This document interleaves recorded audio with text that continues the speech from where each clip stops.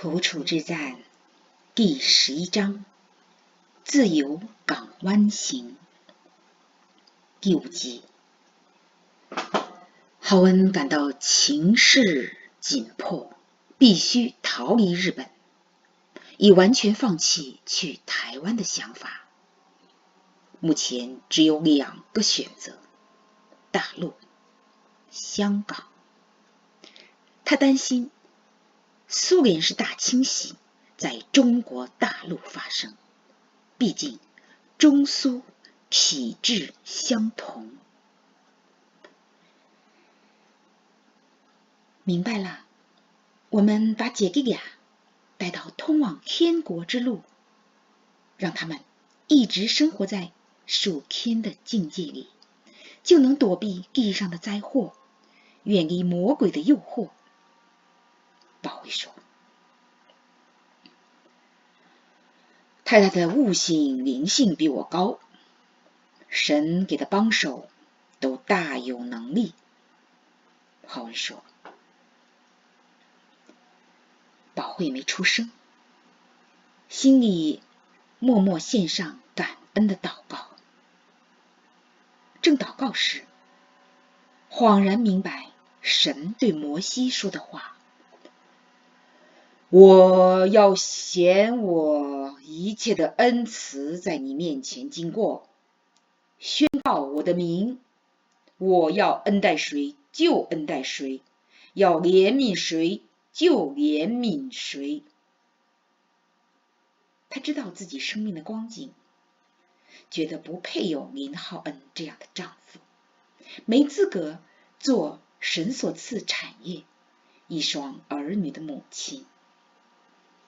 他想到自己被严牧师夫妇抚养，在读圣经和听讲道中长大，神的话在头脑里，而不在他的生命中。他有当主日学老师的全备圣经知识，却没有让死人复活的信心。他在知识层面知道信主的关键在信字，在顺服主。只要信，就能在什么境况都享平安。使基督徒胜过世界的，正是对基督的信心。相信内住的基督比世界上的一切更大，更有能力。主啊，我信你很多年了，为什么还时常惧怕、怀疑、小信呢？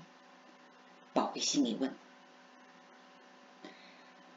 因你对环境的信心大过对我的信心。有微弱的声音告诉他。这话使他猛然发现，他还是属地之人，在地上看见的自然是地上的事，地上稍有风吹草动，都会影响他的心境。刚才丈夫说的天上伊甸园都是天路客，属地者进不去，让他心里一阵惊慌。他问他是天路客还是属地者？但见浩恩已酣睡，就不忍心叫醒他。宝慧睡不着，轻轻起身，披上棉睡袍，走到洗手间，默默祷告，求主赐给他不受环境左右的信心。祷告完，心得平安。忽然明白，持守信心的方法就是生命不息，祷告不止。他想起彼得前书第5章8节的经文，这是他早就会背的。务要谨守警醒，因为你们的仇敌魔鬼如同吼叫的狮子，遍地游行，寻找可吞吃的人。此刻，他方才真正理解，主耶稣在世时多次告诫门徒，总要警醒祷告。主被钉十字架前吃最后的晚餐时，对门徒说：我留下平安给你们，我将我的平安给你们，我所赐的不像世人所赐的，你们心里不要忧愁，也不要胆怯。以后我不再和你们说话，以后我不再和你们多说话，因为这世界的王将到，他在我里面是毫无所有。宝会蓦然警醒，世界的王就是撒旦，就是魔鬼，就是时常引诱他怀疑、小信、沮丧、愁烦、绝望的那恶者。Doubt comes from the devil， 不信来自魔鬼。这是他在美国留学时参加夏令营，听一位到过非洲的宣教士做见证时分享的。此刻他想起这话，感到从未有过的羞愧。他发现自己对魔鬼之言的接纳，胜过对基督圣言的信靠。宝会觉得自己里面充满属地的卑贱，又想起父亲讲道时常说，人的一切痛苦都源自不相信神的美善和救赎之功，源自人对神的悖逆和不信之罪。当时听了这道，心里还很得意，认为自己已信神，与不信之罪无缘。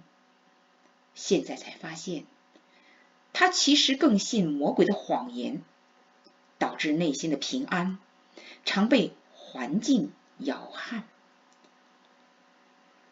时至今日，他才领悟，神为基督徒设立了不受魔鬼捆绑的法则，就是总要警醒祷告。祷告表达人对神及神为人所立的圣约和应许的信靠。神从不失信于人，人却总是言而无信。这晚他睡得深沉香甜，因为信心充满，疑惑被驱散。林浩恩的同事中又有几人被拘捕，押送到台湾。浩恩感到情势紧迫，必须要有逃离日本的行动了。此刻他已完全放弃去台湾的想法，眼前只有2个选择：大陆、香港。严保会忙于为逃离日本需要处理的杂物而操劳多日。这天，他晚上8点多回家时，连冲淋雨的力气也没有了，支撑不住，倒在沙发上。本想小憩一会儿，却睡着了。航勇航鱼姐弟第一次见妈妈睡沙发，不知发生何事，趴在他身上。梁子走过来，把姐弟俩带到房间去。林浩恩轻轻给妻子盖上毛毯，坐在他身边，看着熟睡的他，思绪回到从前。年近不惑，已是一双儿女之母的他，还像他当年从云南逃到陪都时与他重逢的模样。那时的宝慧30出头，但看起来不过25、6岁。今年她39岁，还是充满活力和青春气息。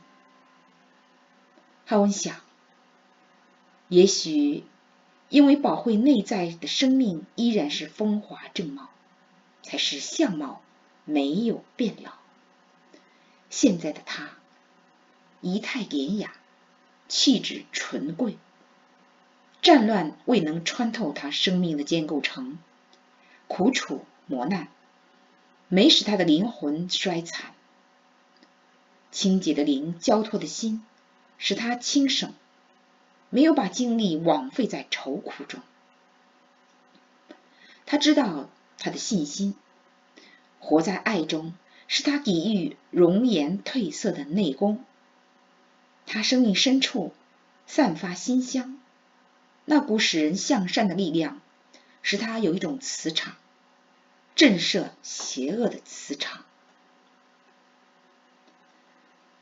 浩恩越来越意识到，从民国25年，也就是1936年，等到民国34年，也就是1945年，等待9年，终于娶到她。等待的时间是值得的。那9年中，宝慧的生命与徐永道和陈本夫擦肩而过，才使他林浩恩有机会与他成婚。9年的等待，是林浩恩生命中的里程碑。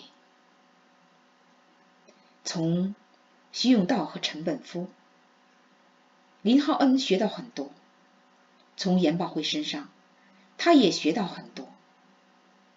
浩恩越发觉得，9年的等待换一生的幸福是值得的。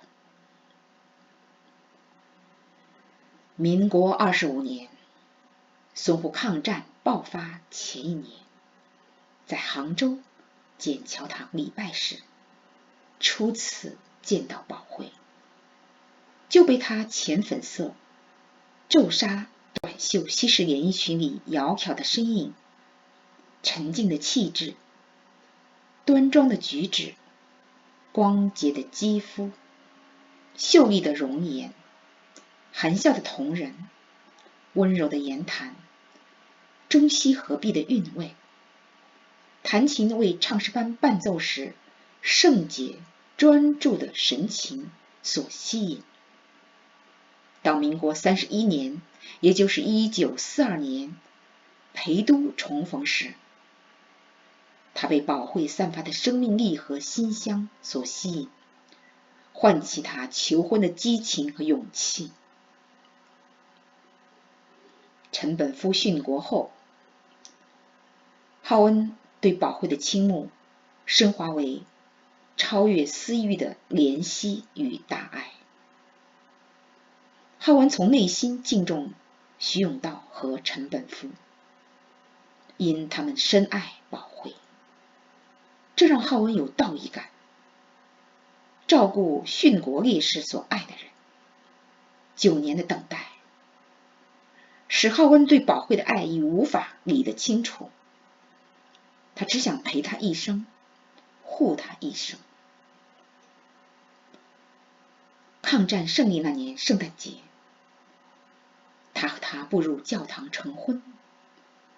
婚后5年，他和她身心灵合而为一。宝慧带给浩恩深层的愉悦满足。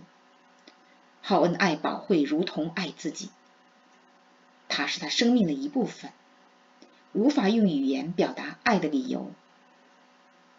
谁又能解释爱自己的肋骨的理由呢？婚后，浩恩愈加体会到宝慧的价值，愈发敬重、敬佩徐永道和陈本夫这2位受过军事训练、游走四方、观察力过人的学者型武夫，都看准宝慧是个好女人。只可惜，他们2位都已为国捐躯，没能把她娶回家。